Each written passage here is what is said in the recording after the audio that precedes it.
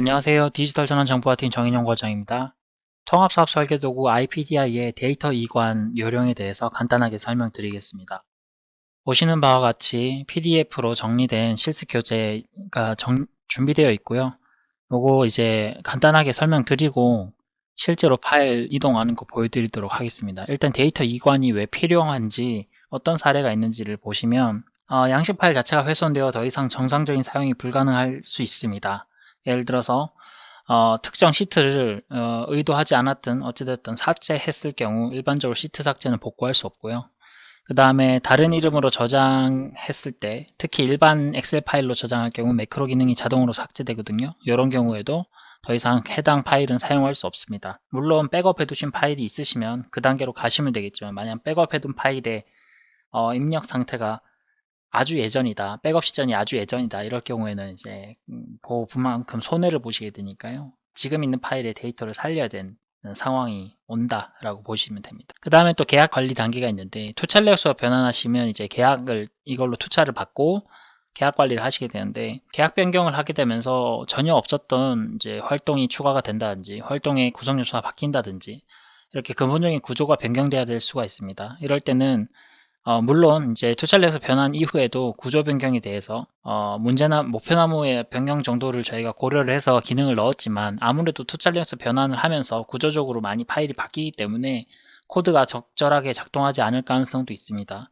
이럴 때는 공량식에서 필요한 만큼만 데이터 이관을 하신 다음에 바로 그 원하시는 용도로 사용하실 수 있어야 되는 게 맞아서요. 이럴 때는 데이터 이관이 필요하다라고 판단이 됩니다. 네, 그리고 마지막으로 최신 버전의 IPD 양식이 배포되었을 때 버전이 올라가게 되면 당연히 최신 버전을 사용해야 하지만 조달 부서에서 접수를 해주시거나 이제 조달 공고가 나갈 수가 있거든요. 이럴 경우에 이제 다 새 버전의 데이터로 일일이 옮기시기는 힘들고 이럴 땐 데이터 이관 기능을 사용하시는 게 적절하다라고 판단이 됩니다. 자, 그럼 요령은 간단하게 말씀드리면 이제 IPDI 작성하실 때 단계별로 입력을 하시잖아요. 점점점 더 많은 시트를 개방해서 사용하시게 되는데 시트 개방할 때 보면은 저희가 트랜스퍼라는 기능을 숨겨놨습니다. 그래서 시트의 E1 셀에 트랜스퍼 키워드를 입력하시면 이렇게 파일 선택하는 기능이 활성화가 되고요. 그때 구 파일을 선택을 해주시면은 구 파일에 있는 데이터가 이관이 돼서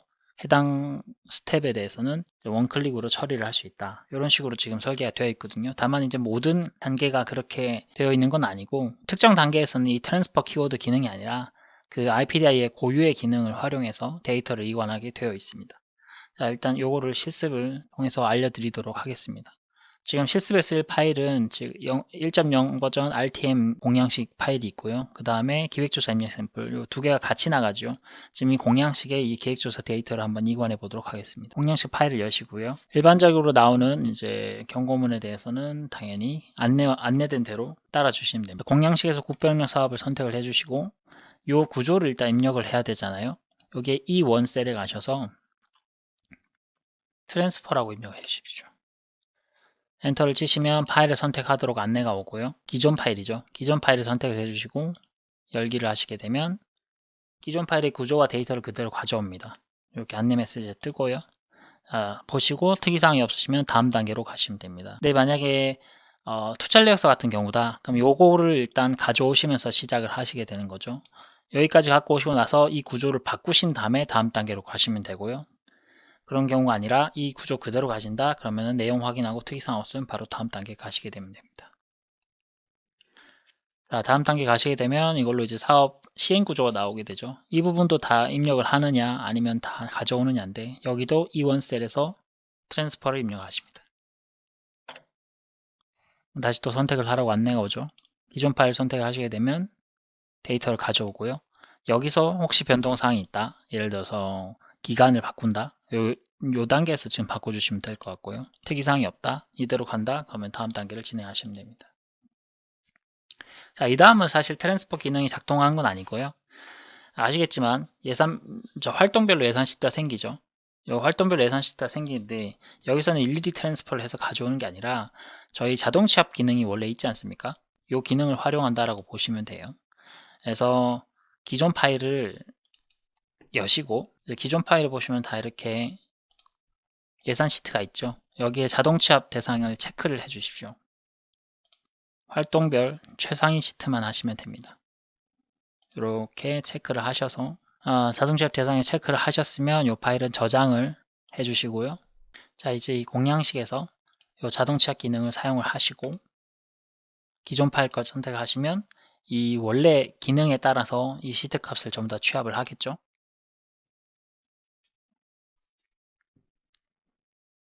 네, 이렇게 지금 취합이 되었습니다. 취합은 파일에 따라 시간이 좀 걸리고요. 지금 보시는 것처럼 취합하게 되면 이렇게 이제 IPDI가 당초 의도한 대로 함수가 확인되는 케이스는 이렇게 별도의 메시지가 나옵니다.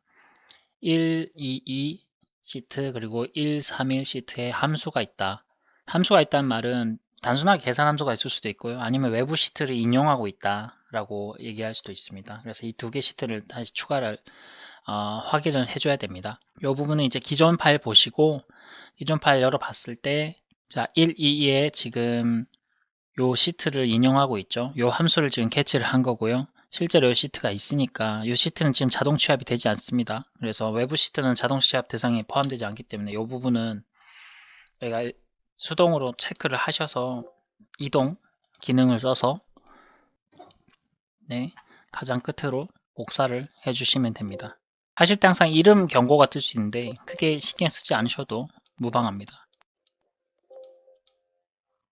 자, 이렇게 시트도 다 가져왔죠. 가져오시게 되면 요 지금 레퍼런스 오류가 떠 있는데 이제 시트, 해당 시트가 왔기 때문에 다시 한번 엔터를 넣어주시면 링크가 작동을 합니다. 131도 마찬가지죠. 자, 이렇게 뽑히게 됩니다. 자, 이러면 이제 기본적인 값은 다 왔고요. 네, 이렇게 각 활동별 예산 시트와 외부 시트까지 전부 다 확보를 하셔서 데이터를 가져왔으면 이제 예산 DB로 가셔서 계약별 예비비, 사업관리비, 사업번호를 넣으셔야 됩니다. 이 부분에는 딱히 트랜스퍼 기능은 안 넣었고요. 너무 심플해서 요거는 기존 파일 여시고 복사해서 붙여 넣으시면 됩니다. 이 부분 이렇게 복사해서 붙여 넣으시면 되고요. 혹시 함수가 있으면 함수는 직접 가져오시면 좋을 것 같고 아니면 저처럼 값만 갖고 오셔도 무방합니다. 이렇게 값 갖고 오셨으면 이제 기존 파일은 닫으시면 되고요. 자, 이제 데이터 취합을 하셔야 됩니다. 여기 3번 기능에 1번 전체 기능 써서 전체 취합을 한번 해주십시오. 네, 이렇게 취합이 되었습니다. 정상적으로 취합을 하였으면 기존에 파일과 동일하게 이제 원화나 미화를 보셨을 때 청소합비가 정확하게 맞을 거예요. 여기서 특이사항이 없으시면 다음 단계로 가시면 됩니다. 자, 여기서부터는 이제 다시 트랜스퍼 기능이 있으니까요. 이 원 셀에서 트랜스퍼 입력하시고 기존 파일 선택하시고 이게 이전이 되었습니다. 다만 이전이 된다고 해서 이 행 높이까지 다 정리되는 건 아니에요. 그래서 이 데이터가 보일 만큼 행을 정리해 주시는 건 수동으로 해주셔야 됩니다. 이거는 엑셀이 캐치하기 조금 어려워서요. 글자 수를 다 카운트해서 판단해야 되는데 깔끔하게 코딩이 되지 않습니다. 그래서 이거는 직접 이렇게 정리를 해주셔야 된다는 거. 자, 마치셨으면 다음 단계로 가시고 PDN도 마찬가지로 이 원셀 선택하시고 트랜스퍼 하고 파일 선택하시고 데이터 들어왔죠? 그리고 다음 단계 가셔서 POD도 이 원셀에서 트랜스퍼 이렇게 하시면 됩니다.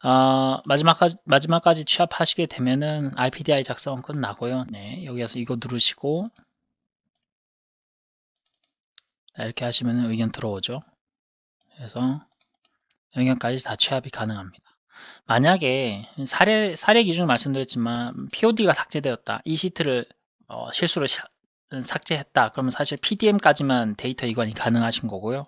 PDM하고 다음 단계 누르셔서 POD 활성화하신 다음에 여기서부터는 갖고 올 데이터가 없지 않습니까? 이걸 삭제했기 때문에 이 부분부터는 이제 다시 작성을 해 주셔야 되는 상황이다. 자, 그러한 내용으로 지금 교재에 다 설명이 되어 있고요. 팁을 드리자면 목적에 맞게 데이터를 일관하셔야 됩니다. 방금 얘기해 드린 것과 같습니다. 무조건 마지막 단계까지 진행하는 게 아니라 목적에 맞춰서 파일이 훼손된 경우 데이터가 입력된 단계까지 이전 단계까지 훼손되기 이전 단계까지 이관을 하시고 나서 그 다음은 다음 단계 진행하신 다음에 다시 파일을 입력해 주시는 거고요. 계약 변경이라는 거는 결국 구조가 바뀐 거기 때문에 사업 설계하는 목표 나무까지만 이관한 다음에 원하는 대로 구조를 변경하시면 됩니다. 그리고 예산 파트는 일일이 다 하실 필요 없고 실제 그 계약에 해당되는 부분은 예산을 뽑으신 다음에 바로 투자 전략서 변환으로 넘어가시면 되죠. 그렇게 하셔서 새로운 계약 내용으로 정리하시면 됩니다. 최신 버전의 IPDI가 배포될 경우는 업데이트 내용에 따라서 이관 단계를 판단을 해주셔야 됩니다. 예를 들어서 최신 IPDI가 나왔는데 그거에 따르면 이제 POD 기능부터는 달라졌다. POD의 구조가 달라졌다. 그럼 POD의 데이터를 제대로 가져오지 못하죠. 왜냐면 앞 버전과 뒷 버전의 파일이 구조가 다르기 때문에 POD 파일은 이제 자동 이관이 아니라 수동으로 보고 변동되는 사항을 확인해서 약간 수동으로 데이터를 옮겨주셔야 되는 부분이 생깁니다.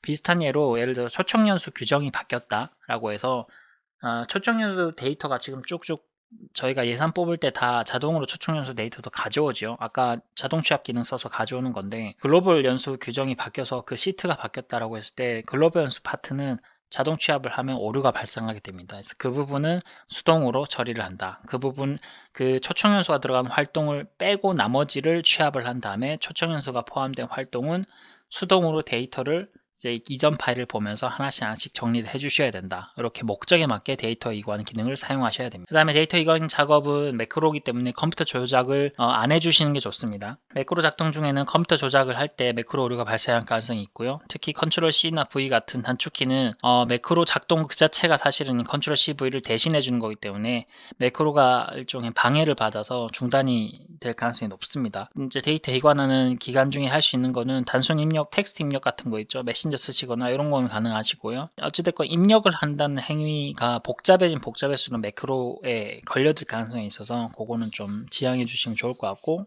컴퓨터 조작을 하시는 만큼 어찌됐건 매크로 작동 시간이 연장되는 결과가 나올 수 있다. 이걸 이렇게 말씀드릴 수 있을 것 같아요.